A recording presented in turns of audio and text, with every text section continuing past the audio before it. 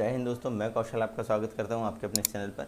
आज की इस वीडियो में हम बात करने वाले हैं कि कल यानी 10 तारीख को बुधवार के दिन हमको मार्केट में किस तरह की अपॉर्चुनिटीज़ मिल सकती है बाइंग या सेलिंग की। आज क्योंकि छुट्टी है तो इसलिए मैंने रात में ये वीडियो नहीं बनाया, दिन में ये वीडियो बना रहा हूँ। हम लोगों ने जो इससे पहले डिस्कशन किया था कि इसके ऊपर हम बाइंग के बारे में सोचेंगे और मार्केट ने इससे ऊपर निकला और जब इस ट्रेंड लाइन का हमको ब्रेकडाउन मिला, हमको एक कन्फर्मेशन मिल गया, हम लोगों ने इस हर कॉल के लिए अच्छा पैसा बनाया। ये जो एक रेड कैंडल दिख रही है यहाँ पर हम लोगों ने एक पुट लेने की पोजीशंस बनाने की कोशिश की थी, उस पर हमारा छोटा सा एक स्टॉप लॉस हुआ। मार्केट ने इसके नीचे हम लोगों का जैसा डिस्कशन था इसके नीचे आया ज़रूर, बट वापस यहाँ से चला गया, तो हमारा एक यहाँ एसएल हुआ। बट उसके बाद में और फिर इसके बाद यहाँ पे एक कॉल लिए हैं जिसमें कि अच्छा प्रॉफिट हुआ है। ठीक है, अब चलिए कल के लिए बात कर लेते हैं दोस्तों कि एडवांस डिक्लाइन रेशियो देखते हैं और एफआईआई डीआईआई एक्टिविटी के बारे में बात करते हैं। एफआईआई ने 1449 करोड़ रुपीज़ की बाइंग की है और डीआईआई ने 140 करोड़ रुपीज़ की सेलिंग की है। अब ये जो 140 करोड़ रुपीज़ की आपको सेलिंग दिख रही है, ये अभी डीआईआई के द्वारा कंटिन्यू दिखाई दे रही है सेलिंग। उसका रीज़न ये है कि जिन्होंने भी 16,000, 16,500, 17,000 इधर पे यदि कंटिन्यूली बाइंग की है तो अभी के लेवल पर थोड़ी बहुत सेल ऑफ आना या प्रॉफिट बुकिंग लाजमी है। ठीक है, एडवांस डिक्लाइन रेशियो की बात करूं तो 1.21 का एडवांस डिक्लाइन रेशियो है। यदि हम देखें तो 1083 स्टॉक्स जो थे वो बढ़ने वाले थे और 890 स्टॉक्स जो थे वो गिरने वाले थे। ब्रॉड मार्केट इंडाइसेस को भी देख लेते हैं, आपको लगभग सभी इंडाइसेस जो है वो अब ग्रीन में दिखाई दे रही हैं।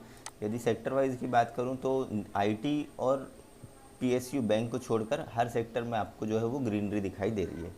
ठीक है, ओआई डेटा भी देखेंगे दोस्तों। ओआई डेटा में यदि मैं निफ्टी की बात करूं तो अभी यहाँ पर 1.18 का मेरे को पुट कॉल रेशियो दिखाई दे रहा है। ठीक है, और बैंक निफ्टी की यदि बात करें तो बैंक निफ्टी में भी हमको यहाँ पर जो है वो 1.25 का एडवांस जो पुट कॉल रेशियो है वो दिख रहा है। थोड़ी बहुत हम ये बोल सकते हैं कि पुट राइटिंग जो है अभी अच्छी दिखाई दे रही है। ठीक है, और निफ्टी पर यदि देखें तो निफ्टी में भी आपको यहाँ पर जो है वो पुट राइटिंग और कॉल राइटिंग लगभग बराबर है, थोड़ी सी कॉल राइटिंग ज़्यादा हैवी है। ठीक है, ये स्ट्राइक प्राइस है इसका 18,000 का। ठीक है, यहाँ पर देख लेते हैं हम लोग।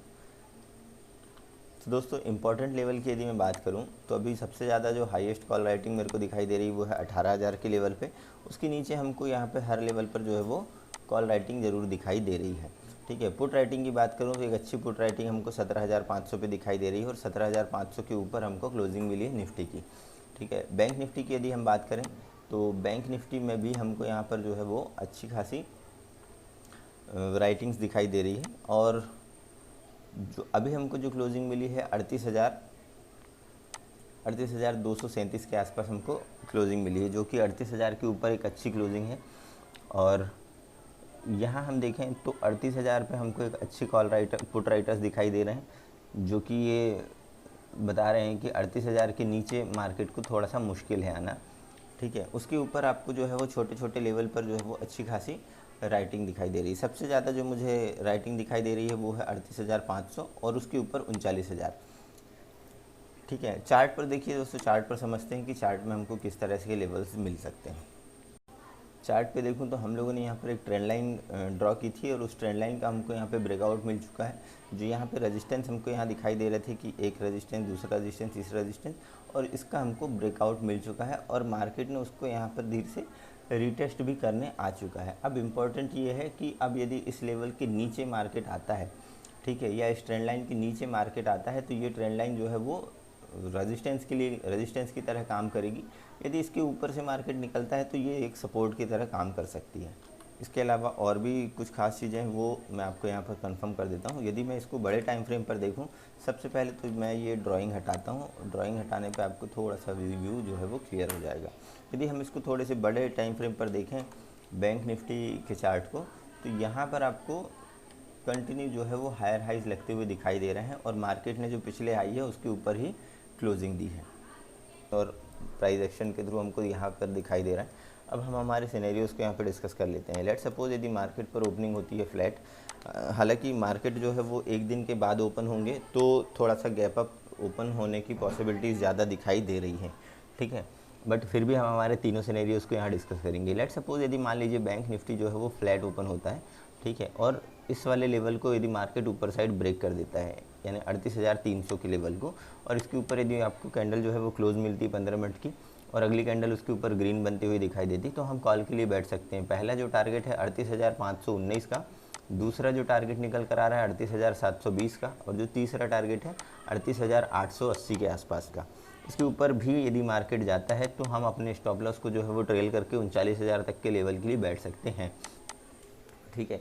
बट यदि इसके यहीं ओपन होने के बाद मार्केट इस वाले लेवल को नीचे साइड ब्रेक करता है, ये लेवल है 38,000, मैं आपको फिर से बताता हूँ, ओके, 38,120 के आसपास। इसके नीचे यदि मार्केट आता है तो हम एक छोटे छोटे टारगेट के लिए ट्रेड कर सकते हैं। उसका रीज़न ये है कि मार्केट पर अभी हर डिप पर जो है वो बाइंग बनी हुई है।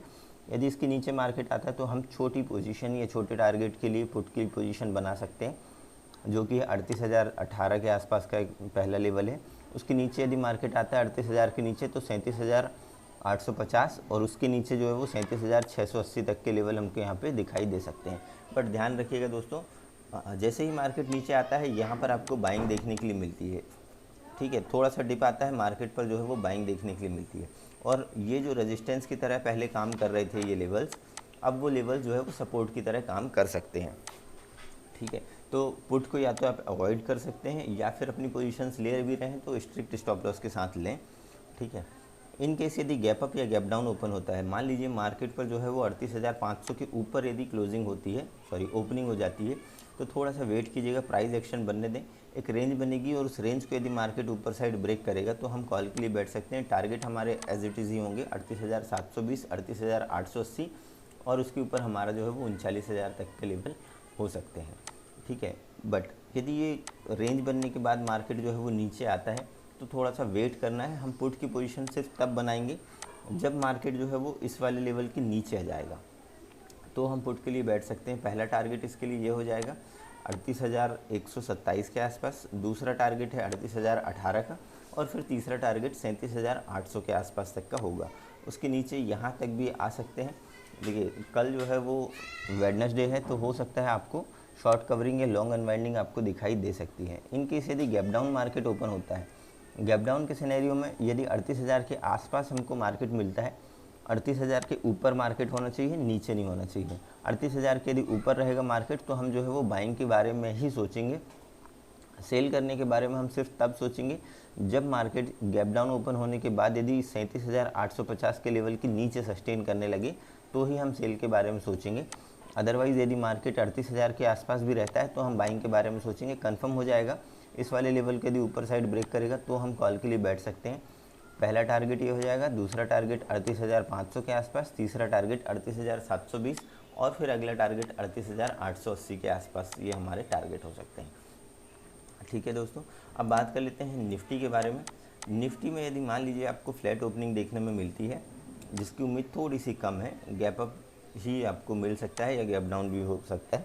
हम हमारे तीनों सिनेरियोज को डिस्कस करेंगे। क्यों? क्योंकि हमको जो है वो बायस नहीं होना किसी भी पोजीशन पर। मार्केट कहीं भी ओपन हो, हमारे लेवल जिस तरह रिएक्ट करेंगे हम उसके अकॉर्डिंग यहाँ पर ट्रेड करेंगे।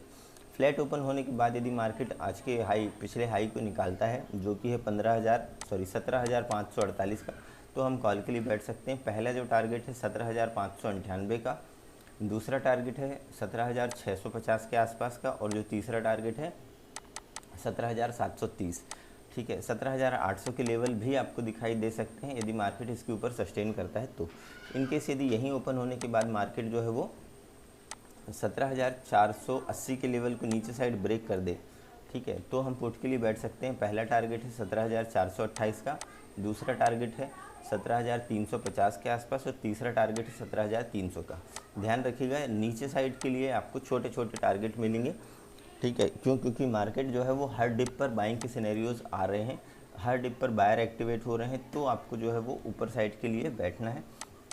यदि गैप अप या गैप डाउन मार्केट ओपन होता है, मान लीजिए मार्केट जो है वो 550 या 600 के आसपास ओपन होता है, तो थोड़ा सा वेट कीजिएगा, एक रेंज बनने दीजिएगा। 5 मिनट की 5 कैंडल की रेंज यदि ऊपर साइड ब्रेक करती है तो हम कॉल के लिए बैठेंगे। पहला टारगेट ये हो जाएगा, दूसरा टारगेट ये हो जाएगा और तीसरा टारगेट हमारे लिए ये हो जाएगा। ये लेवल्स भी मैं आपको बता देता हूँ, 17,650, 17,730 और 17,800 तक के लेवल हमारे हो सकते हैं। यदि गैप अप ओपन होने के बाद मार्केट पिछले हाई को नीचे साइड ब्रेक कर देगा तो ही हम पुट के लिए बैठ सकते हैं। पहला टारगेट ये हो जाएगा 17,480 के आसपास का, दूसरा टारगेट है 17,428 का और तीसरा टारगेट है 350 के आसपास का। इससे नीचे के लिए हम नहीं देखेंगे क्योंकि मार्केट जो है वो इतनी दूर से यदि ट्रेवल कर कर आएगी तो ज़्यादा नीचे तक के लेवल्स थोड़े से मुश्किल हैं आए। यदि गैप डाउन मार्केट ओपन हो जाता है 17,480 के नीचे तो थोड़ा सा वेट करना होगा, ठीक है, रेंज बनने दीजिएगा। यदि वो रेंज 550 के लेवल को ऊपर साइड ब्रेक कर देती है तो फिर हम कॉल के लिए ही बैठ सकते हैं, हमारे सेम यही लेवल होंगे। यदि वो रेंज नीचे साइड ब्रेक करती है तो हम पुट के साइड बैठेंगे, मगर बहुत कम क्वांटिटी के साथ और बहुत स्ट्रिक्ट स्टॉप लॉस के साथ, ठीक है। इसके नीचे हमारे टारगेट जो है वो यही होंगे, पहला टारगेट ये हो जाएगा, दूसरा ये हो जाएगा और तीसरा ये हो जाएगा, ठीक है। दोस्तों यदि वीडियो पसंद आई तो वीडियो को लाइक कीजिएगा, चैनल पर नए तो सब्सक्राइब कर बेल आइकन को प्रेस करें ताकि आने वाली इन्फॉर्मेटिव वीडियोस की नोटिफिकेशन आपको मिल सकें। और साथ ही साथ यदि आपको डिसिप्लिन के रिगार्डिंग या फिर साइकोलॉजी के रिगार्डिंग वीडियो चाहिए तो आप मुझे कमेंट बॉक्स में बताइए कि लाइव मार्केट पर आपकी साइकोलॉजी किस तरह की होनी चाहिए, डिसिप्लिन किस तरह का होना चाहिए। यदि आप ये चाह रहे हैं तो आप मुझे कमेंट बॉक्स में डिसिप्लिन लिख सकते हैं, मैं उसके ऊपर एक वीडियो बना दूँगा, ठीक है। मिलते हैं दोस्तों नेक्स्ट वीडियो में, तब तक के लिए जय हिंद।